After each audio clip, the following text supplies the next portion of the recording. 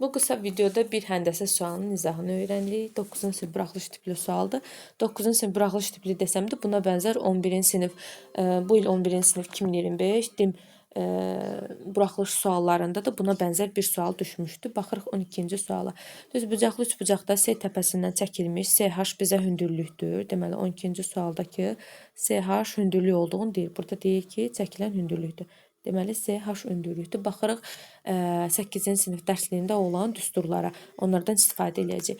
Hipotenuzu 6-12 hissələrə bölür və qaydada var idi ki, hündürlüyün kvadratı bərabərdir m-in hissələrin hasili. Özə 8-ci sinif dərsliyində h kvadratı p vurulsun r kimi yazılmışdı bizdə düstur.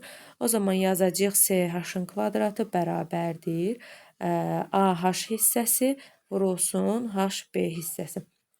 Və bu da o deməkdir ki, ch-ın kvadratı bərabərdir. Hissələr nədir? 6 və 12-dir. 6 vuraq 12 verir bizdə 72-ni və ch bərabərdir. Kök altında 72. O da 36 vuraq 6. 36-dan 6 çıxır.